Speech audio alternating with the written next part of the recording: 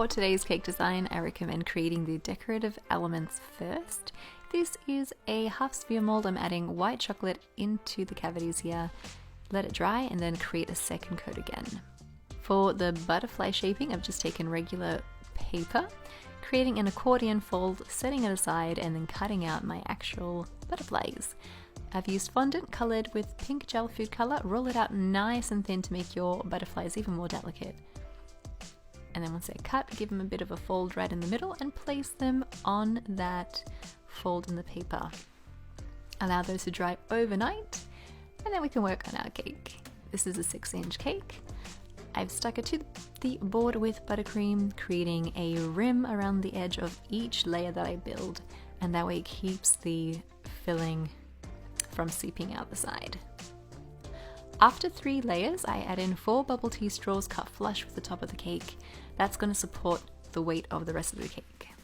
Notice there's a hole in my cake board as well.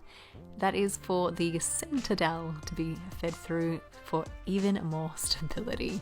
When you're working with a super tall cake like this, you really want to make sure you have as much stability as possible, especially when traveling with it. Once all your cakes have been stacked, I used 3 in total cut in half. You can apply that that buttercream layer for trapping in the crumbs. Apply that first layer, make sure it's nice and neat. Remove the top edge and refrigerate for 30 minutes or more if you can.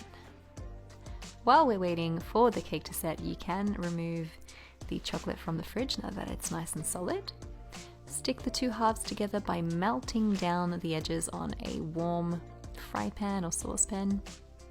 You can use your finger to run along the edge to remove any excess chocolate. And then set them aside. For that final layer of frosting, I have buttercream again, tinted pink with a tiny bit of soft pink gel food color by Chef Master. Smooth out the sides of your cake and the top edge. While it's still nice and wet, you can add your edible driggies. I chose to go in with some white and pink, and now that my butterflies have completely dried, just pressing them into the frosting as well. To the top of the cake, I am adding my little chocolate balls with buttercream. If you wanted to, you could use chocolate to stick them together instead. For some reason, I find though when I work with chocolate on chocolate, it tends to break really easily, so I kind of prefer buttercream to stick them together. If you can see the buttercream in between, just take a little brush and brush the excess buttercream away. You'll have a little something that looks like this. You could leave it as is or add some flowers into the mix. These are baby's breath that I've added. And there you have it, a really fun and easy first birthday and christening cake that I made for a family friend. If you recreate this, I would love to see it. #Rosie's Dessert Spot so I can check it out. Thanks so much for tuning in, and we'll see you in the next one.